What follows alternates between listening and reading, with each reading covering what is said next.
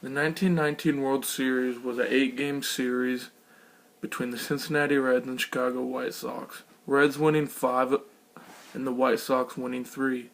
Several of the White Sox players were accused of throwing the game, being paid by a gambler named Arnold Rothstein. Those players included C. Arnold Chick Gando, Eddie Cicotti, Claude Lefty Williams, shortstop Charles Swede Risberg, and outfielder Oscar Happy Felch. Third baseman Buck Weaver was initially in the scandal but pulled out. Each of the players in the deal were to receive $100,000 by getting 5 payments of $20,000, one after each loss of a series, which back then went to 9 games. Hard hitter Shoeless Joe Jackson was also approached about the deal. One of the first pitches thrown by Eddie Cicotti hit the batter as an indication that the deal was on. The first game, the White Sox got bludgeoned 9-1 by the Reds.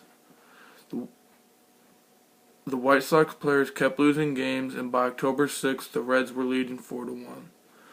The 9-1 first loss in the first game of the World Series was the most a team had ever lost in the first game of the World Series in their history by that time.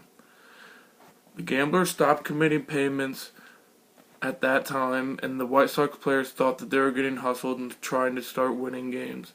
They then rattled off 2 back-to-back wins until the White Sox players' families started receiving threats from the gamblers, which then the White Sox eventually had to lose the rest of the series. In The Great Gatsby, find out Meyer Wolfsheim was the man who fixed the game in the World Series when they say, "Meyer Wolfsheim? No, he's a gambler." Gatsby hesitated, then added coolly, "He's the man who fixed the World Series back in 1919. The last 2 games, the White Sox won 5-4 and 4-1. Backing out against the gambler hustlers became dangerous as several of the players' family received threats. Due to intimidation or unexpectedly strong opponents, the Sox went to lose Game 8 of the series 10-5. Judge Kennesaw Mountain Landis and the first commissioner of the MLB decided that the 8 players involved in the scandal were banned from organized baseball forever.